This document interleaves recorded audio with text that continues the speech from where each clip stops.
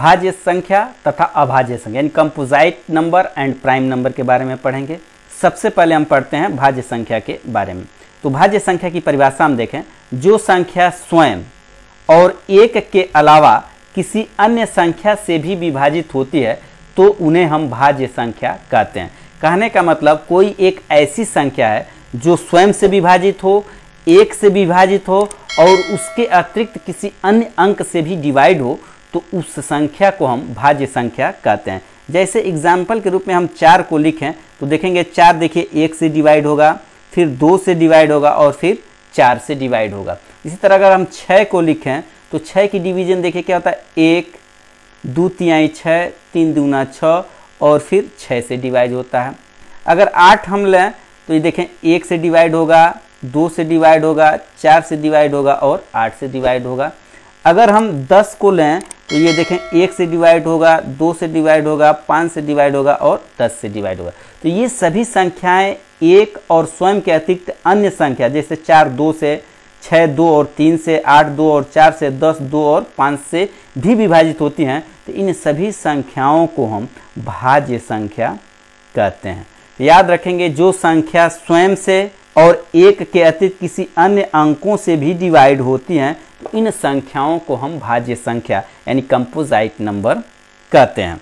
अब देखेंगे कुछ इंपॉर्टेंट तथ्य इसके क्या है कि सबसे छोटी भाज्य संख्या क्या है, वो 4 कहलाती है। याद रखेंगे 4 सबसे छोटी भाज्य संख्या होती है। और दूसरा देखेंगे क्या है, 0 और 1 न तो भाज्य हैं और न ही अभाज्य हैं, यानी 0 और 1 को न तो भाज्य माना जाता है और न ही अभाज्य माना जाता है। इसको आप याद रखेंगे, बहुत ही इंपॉर्टेंट टॉपिक है ये।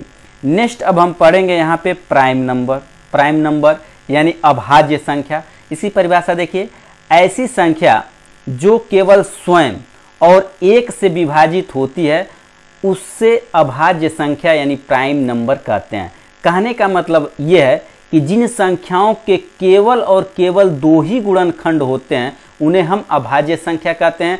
पहला गुणनखंड क्या होगा, 1 होगा और दूसरा गुणनखंड तो वह संख्या स्वयं होगी। तो इस तरह की संख्याओं को हम प्राइम नंबर यानी अभाज्य संख्या कहते हैं। जैसे अगर हम बात करें 2 की तो 2 देखें क्या होगा, 1 और 2 से डिवाइड होगा। अगर 3 की बात करें तो यह 1 और 3 से डिवाइड होगा। अगर 7 की हम बात करें तो यह 1 और 7 से केवल डिवाइड होगा। अगर 11 की बात करें तो यह केवल 1 और 11 से डिवाइड होगा। अगर हम 13 की बात करें तो यह केवल 1 और 13 से ही डिवाइड होगा। अगर हम 17 की बात करें तो यह भी 1 और 17 से भी डिवाइड होगा।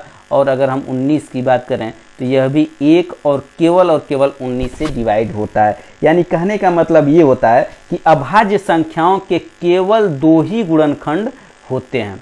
तो ऐसी संख्याएं जिनके केवल और केवल 2 ही गुणनखंड हो, एक 1 हो और दूसरी वह संख्या स्वयं हो, तो उस संख्या को हम प्राइम नंबर यानी अभाज्य संख्या कहते हैं। और इसमें अगर गुणनखंड की बात देखेंगे तो इसमें गुणनखंडों की जो संख्या होगी वो हमेशा 2 से अधिक होती है। ठीक, अब यहाँ पर एक और इम्पॉर्टेंट तथ्य लिखा गया, इसको ध्यान से देख लीजिए। सबसे छोटी अभाज्य संख्या 2 है, यानी 2 सबसे छोटी अभाज्य संख्या होती है।